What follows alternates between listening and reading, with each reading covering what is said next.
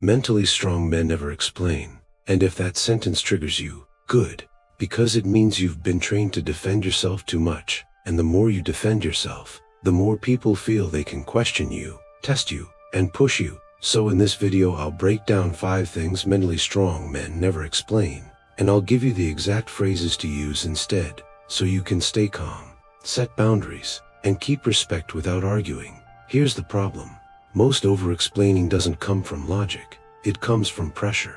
Your mind senses tension, your emotions rise, and your fast brain tries to escape discomfort by talking, justifying, proving, persuading, and it feels like you're being reasonable. But what you're really doing is asking for permission in slow motion, and people read that instantly. There's a simple truth about human behavior. The brain loves quick stories, and over-explaining tells a story of uncertainty. It says, "I'm not fully sure, please accept me," and even if your reasons are valid, the signal is weak, and signals shape reactions more than facts. Over-explaining is also a habit. It has a trigger, someone questions you, a routine, you start giving reasons, and a reward, temporary relief, because you feel safer for a moment.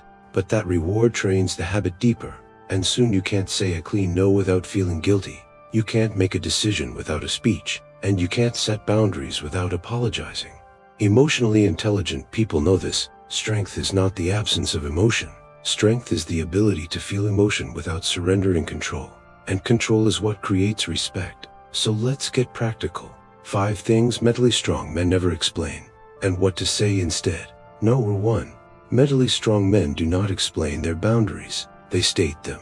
Because boundaries are not debates, they are standards. And the more reasons you give, the more openings you create for negotiation.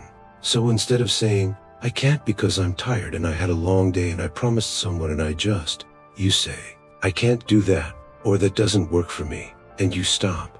Because the silence after a boundary is what makes it real. If they push, you repeat the same line, calmly. Because repetition is strength, and changing your reasons is weakness. It looks like you're searching for an excuse that will finally satisfy them. And mentally strong men don't hunt for approval. They hold the line. Number 2. Mentally strong men do not explain their goals to people who mock them. Because not everyone deserves access to your vision.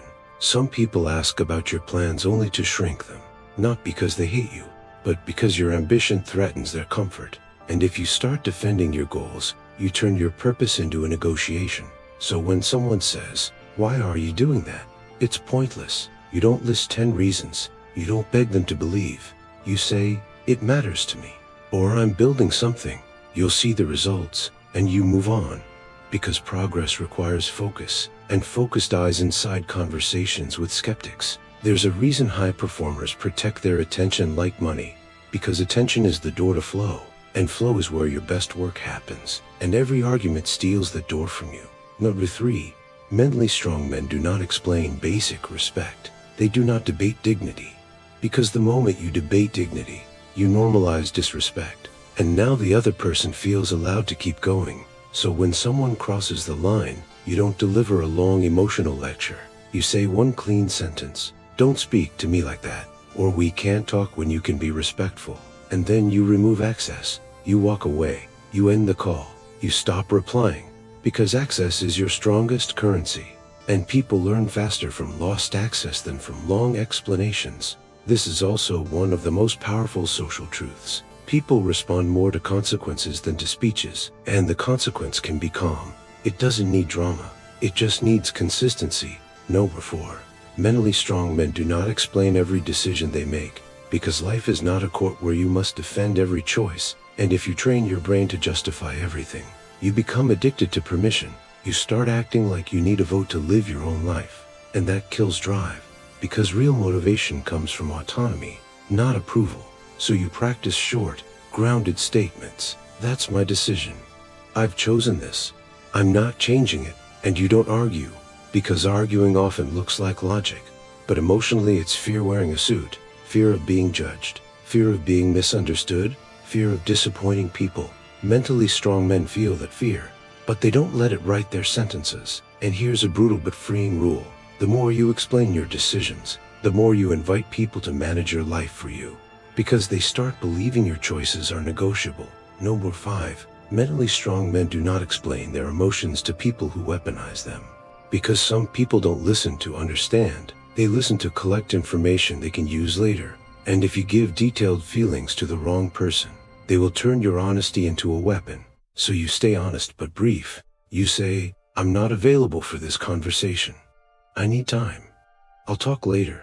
And you protect your inner space, because your mind is your home, and not everyone gets a key. This is not being cold. This is self-respect. And self-respect is the foundation of confidence, because confidence is not loudness. Confidence is stability. Now, if you're thinking, "But won't I look rude?" Here's the difference. Rude is attacking people. Strong is being clear. You can be respectful and still be final. You can be calm and still be firm.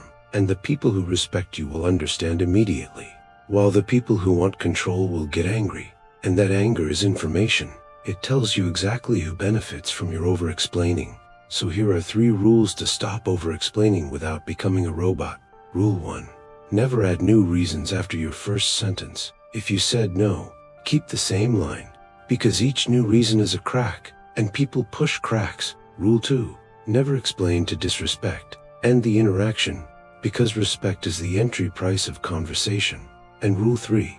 Let results do the talking, because the world trusts outcomes more than speeches. And when your actions match your words, people stop testing you. And here's the part that changes your life. Make it a habit, not a mood, because habits win when motivation dies. So use a 7-day challenge. For the next 7 days, every time you catch yourself over-explaining, stop mid-sentence, literally stop, take 1 breath, and replace it with 1 calm line. "That doesn't work for me. I've decided. I'm not discussing this." Then stay silent. And if silence feels uncomfortable, good. That discomfort is withdrawal. You're withdrawing from the addiction to approval. Track you like a habit. Notice the trigger. Notice the urge to talk. Then choose the new response. Because once you can choose your response, you own yourself. And when you own yourself, people feel it. And one more thing. Mentally strong men don't stop explaining because of ego. They stop explaining because of purpose. Because they have a direction. And direction is what gives a man weight. So when you stop wasting energy on convincing everyone, you get that energy back for your discipline, your work, your health, your growth, your faith, your mission. And that's how you become calm, solid, and hard to manipulate. If this hit you, comment 1 word, control, and tell me which one you struggle with most. Boundaries, goals, pet, decisions, or emotions. Because the moment you name the pattern, you can't train it. And when you train it, you become the kind of man who doesn't need to explain, because his life speaks for him.